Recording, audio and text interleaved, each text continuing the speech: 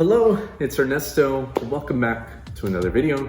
Today we're going to be going over the last episode of a TV show that I just scored, but many things have happened in the last few months. I graduated from college, I scored and recorded a soundtrack of mine for the first time. Number 3, I'm going to be releasing that soundtrack in my first ever soundtrack album very soon, which is super exciting. But this video is not on any of that. It's on how I scored this TV show. If you want to follow the videos on me releasing my very first soundtrack album, then stay subscribed because those videos are coming soon. So on to the episode.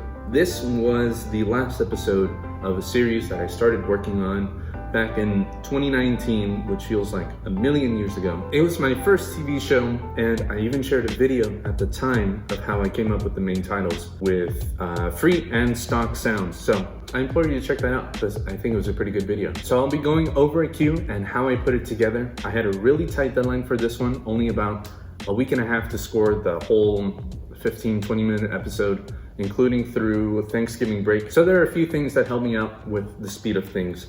But let me just play you the cue right here.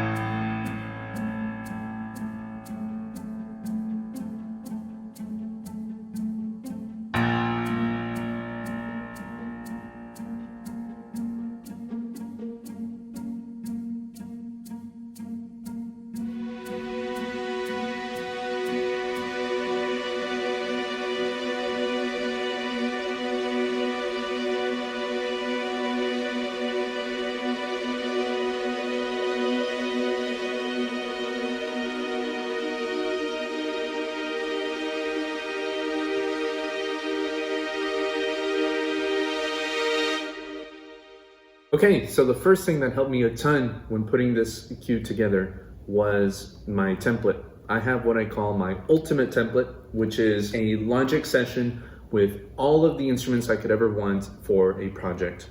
The whole orchestra, synths, and then some. The reason for creating such a large template like this is so that I have everything ready to go whenever I need it. Everything is bussed and routed together through EQs, reverbs, compressors, everything that I like to use for my music, so that everything is accessible at the push of a button. And plus, I don't have to mix it before I send it to the director because it's already been pre-mixed to the level that I like it and to the extent that I can mix music in. So that, as you can imagine, cuts down a lot of time. Secondly, and this is something I've been doing a lot more and more lately, I've been filling out my cue markers with more and more detail. This in turn helps me put together what the arc of the scene is and gives me the different story elements and beats that I need to hit. This kind of enforces less of a blanket of sound type of composing and more of an actual musical storytelling.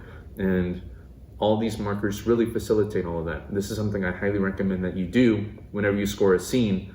Get more and more detail with your markers. Okay, so on to the cue itself. So this cue is basically split up into two different sections. So this first section is more dialogue between characters, and the latter half has a lot more musical movement to it. So the style we're going for is less serious, more campy. This show is a spoof and parody of Spanish language telenovelas, which are like Spanish language soap operas, if you will. And I remember my grandmother and aunt watching those when I was a kid, and that style is very in your face, super melodramatic. I remember there being a ton of low piano notes, and I use that in my scoring now. I also throw in a lot of dramatic hits. Like in the basses here, I have a lot of low coleño notes that I use at the very beginning of the scene for drama. You also notice I added those low piano notes. Super dramatic, super campy. It's not intended to be serious the way I would score like a real drama, for example. This is kind of making fun of the style, so I'm getting super campy with it. So this goes on for a while. Everyone in the scenes yells, "Not now," in unison. There's a little bit of a break, and then we enter with some music. As our characters have been found out, I use some pizzicato strings there to keep kind of the zany feeling.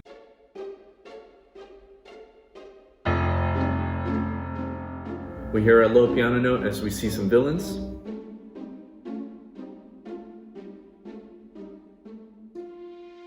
Now we have a shift in tone because one of our characters is considering sacrificing himself. In the context of the story, it works. But now we have this final scene between these two characters, and this means a lot.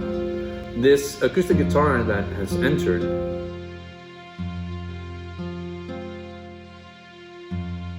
is a staple of the series. This is a guitar that I've been using. This is a stock Logic sound, by the way, and this has come to represent one of the characters. So I threw that in there, make it a little more melodramatic. Finally, there's a little moment when they hug. I put it in a marker here, and we hear a nice warm chord. Then they separate, and they have to go their separate ways now.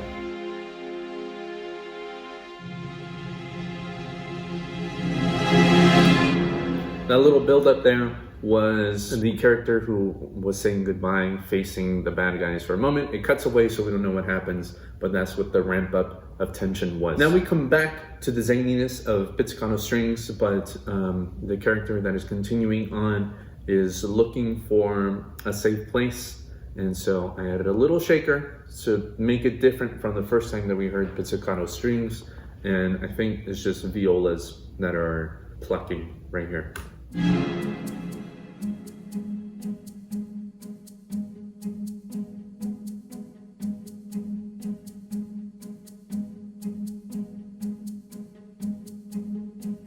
Then we hear a low piano note as we see villains. Another low piano note. And I know they're coming up because I set the markers for myself already. Now at this moment, I added a synthesizer. It's the first time we add a synthesizer in this particular cue. This is a sound that I use later on in the episode. It gets a little more ethereal, a little more meta. So in the context of the scene and the episode, it kind of works because it's an outside element and there's just like a dreamlike quality that appears in the episode. This synthesizer comes in, and I think it's being doubled by some long string sounds at the same time as well.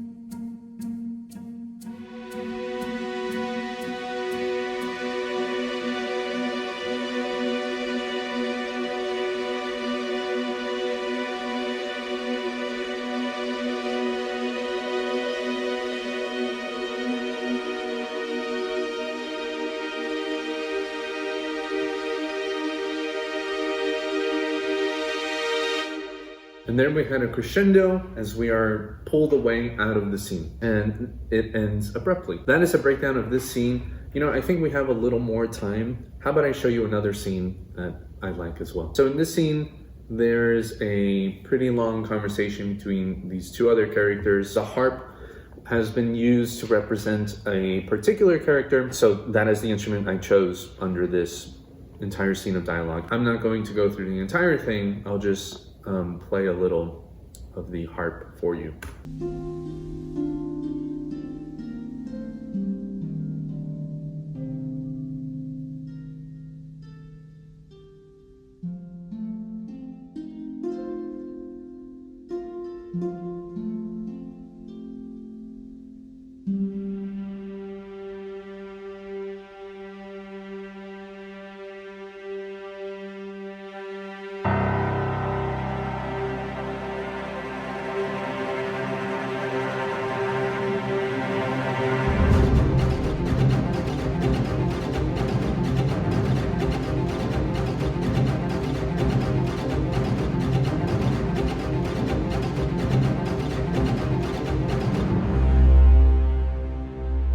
So this scene is a little shorter. There's a tone change as we go from a more tender kind of sound with the harp to a tense mini action sequence in the latter half, as you can see over here. Again, I added markers for myself to make sure that I hit all of those beats because they were important. So here at Nuestros Amigos, I have a certain kind of tonality at that point.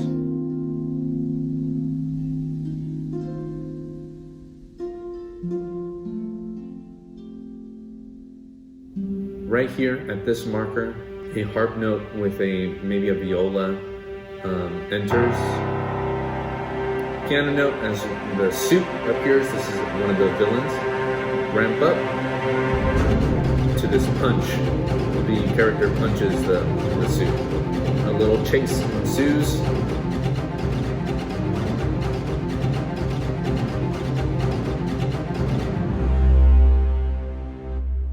Let's check out this chase sequence. So I have some percussion and I have strings. Let's look at the percussion first. Again, the sounds that I'm using is the BBCSO. I have a few videos talking about those, so I implore you to check those out if you're curious what I think of it. Overall, I like it very much. So let's look at the percussion parts here.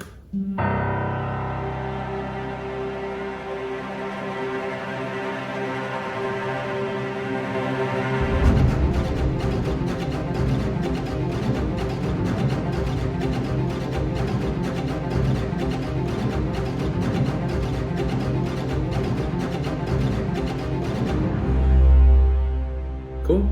So mainly just accents and hits. There was a timpani roll there to increase the tension. Then let's look at what the strings are doing. We have a little more activity here going on with the strings. Let me hear what so the violas are doing this coleño thing kind of softly. The celli are playing a ostinato below the coleño.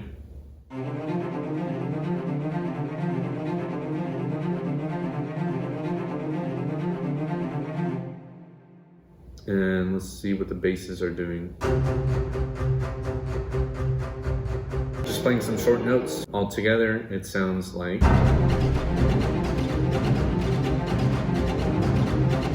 And to finish off the scene, we just have some long notes, probably in octaves,